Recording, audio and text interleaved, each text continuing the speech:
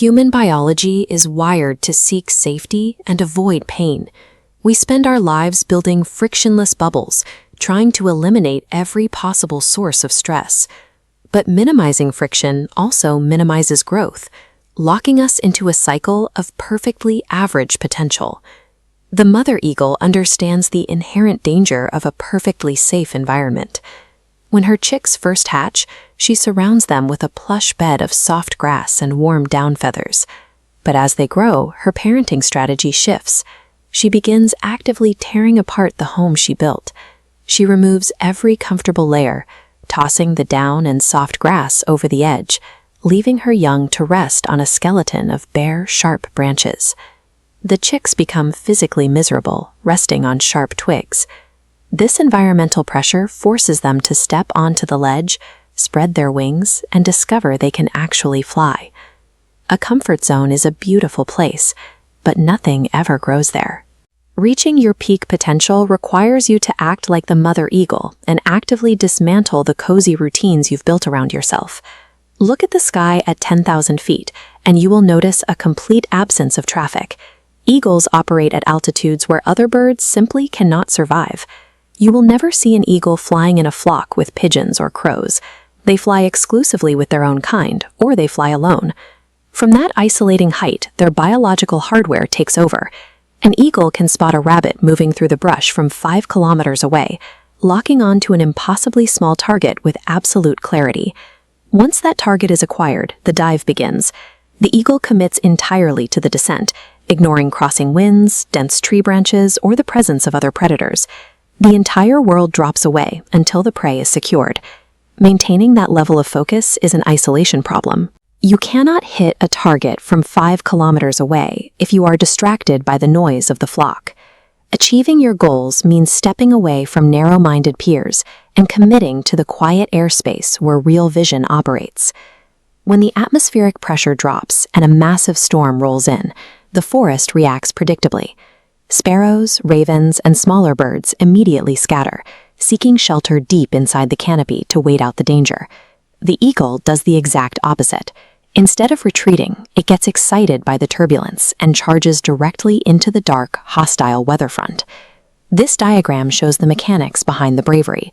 The eagle angles its wings to catch the aggressive updrafts of the storm. By locking its joints, the sheer force of the turbulent wind catapults it upward, gaining massive altitude while barely spending energy. As the late scientist and Indian President Dr. A.P.J. Abdul Kalam observed, "All birds find shelter during a rain, but the eagle avoids the rain by flying above the clouds." This mastery of the present moment extends down to the ground. An eagle refuses to scavenge dead meat, relying exclusively on fresh kills. Elite performers operate on these exact same principles. They use the momentum of a crisis to elevate their position, and they refuse to consume the weight of their past, whether that means dwelling on old traumas or coasting on yesterday's successes. But even apex predators hit a ceiling. Around the age of 40, the eagle encounters a severe biological crisis. The tools that kept it at the top of the food chain begin to fail. Its once lethal talons become dull and brittle, unable to grip a struggling rabbit. Its sharp beak bends painfully inward against its chest, and its feathers calcify, becoming thick, matted, and too heavy for flight. The animal is backed into a corner with a stark, binary choice. It can accept its physical decline and quietly starve to death, or it can endure a gruesome, self-inflicted transformation. We all hit this exact plateau. The strategies, habits, and skills that built your early career will eventually stop working. When your methods become obsolete, you are forced to choose between fading into irrelevance or paying the cost of reinvention. Choosing to live, the eagle retreats. It flies to the highest, most isolated mountain peak it can find, building a temporary nest far away from any other living creature. The process begins with violence. The eagle repeatedly smashes its own face against the jagged rocks, striking the stone over and over until its curved beak shatters and falls off. It waits agonizingly for a new beak to grow back. Once it does, the eagle uses that fresh bone to systematically rip out its own dull talons. And when the new talons finally emerge, It uses them to pluck out every single heavy, useless feather from its chest and wings. It takes roughly 150 days of bleeding, starving, and shivering. This process resets the eagle's biological clock, granting it another 30 years of apex dominance. True resilience is having the courage to actively destroy the parts of yourself that no longer serve you. So when the winds change and your old methods fail, you have to ask yourself, will you hide in the branches and quietly fade away? Or will you endure the pain required to fly above the clouds? We all have that moment at night where we map out a brilliant future, but then the clock strikes 6, the alarm rings, and we immediately negotiate a surrender for 10 more minutes of sleep. We try to fuel ourselves with visions of wealth, viral fame, or getting revenge on someone who doubted us. Those ideas feel great in the abstract, but they vanish the second real friction appears. The actual engine for human drive is usually much closer to home. It comes from looking at the sacrifices your parents made, seeing the daily exhaustion in their eyes, and realizing your current income can barely sustain a basic survival. And that discomfort is a biological signal. When the frustration of your current reality outweighs the comfort of your mattress, action becomes the only logical response. You've likely felt it at a gathering or event. You stand in a room full of people wearing nicer clothes, holding more influence, and you realize you are entirely invisible to them. But lacking status or resources is a highly underrated starting position. When your current situation offers zero leverage, you operate without fear because there is absolutely nothing left to protect. You are cornered. You can resign to being overlooked forever, or leverage that anger to tear down your old habits and rebuild from scratch. This rebuilding process requires a blueprint, a rigid daily system designed to capture the raw energy of that anger and route it directly into productive output. You don't wait around for the perfect mood to strike. You look at the unpaid bills, the lack of options, and the feeling of insignificance, and you use them as the primary tools for your own reconstruction. The first test of this blueprint happens before dawn. If you cannot override the urge to stay in bed, the framework falls apart. Waking up at 4 in the morning is rarely pleasant. It is a tactical maneuver to claim territory while your peers are physically unconscious. This chart shows the compounding effect. By waking up 3 hours earlier every day over a decade, you generate an additional 1 year, 2 months, and 25 days of conscious time.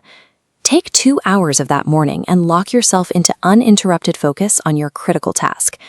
The data backs this up at the absolute highest levels of global commerce. Tim Cook begins his day well before sunrise to manage Apple. P.V. Sindhu built her Olympic badminton career on those same dark early hours. Actor Dwayne Johnson anchors his rigorous physical training in the exact same pre-dawn window. And actor Akshay Kumar has famously maintained a 4 to 5 a.m. start time for decades. Even Sachin Tendulkar, across 20 years of international cricket, consistently hit the practice nets before 6. These individuals aren't relying on superior genetics. They are systematically exploiting a daily window of zero distraction to execute the work no one else does. The next pillar requires deliberate removal from comfort. Think of it like a self-imposed exile, trading the easy modern lifestyle for strict, solitary focus. You actively cut ties to cheap dopamine. That means walking away from endless social media feeds, heavily processed meals, and gatherings offering zero return. You learn to say no. If someone asks for your time, tell them you're booked. It is perfectly fine to lie about your availability to protect your schedule. By severely limiting your presence, people stop treating you like an idle option. You manufacture a scarcity that forces the world to view your time as valuable. A plan without an expiration date is just a suggestion. Pick a specific date on the calendar, say 6 months from now, and declare it the absolute deadline for your rebuild. Before that date arrives, every single input must be audited and upgraded. The books you read, the vocabulary you use, the podcasts you listen to, and the company you keep. Aim for a complete identity overhaul.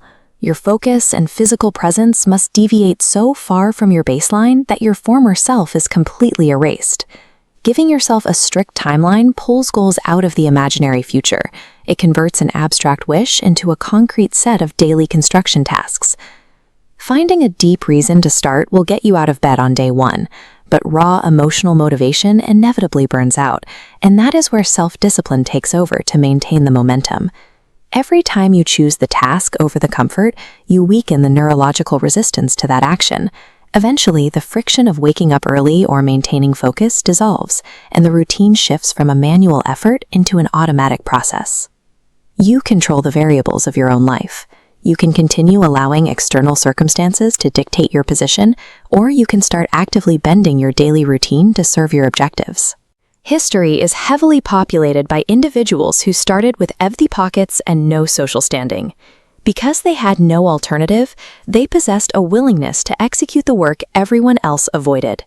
You don't need to announce your plans to anyone. Put your head down, do the brutal work in the quiet hours of the morning, and let the sheer scale of your results do the talking.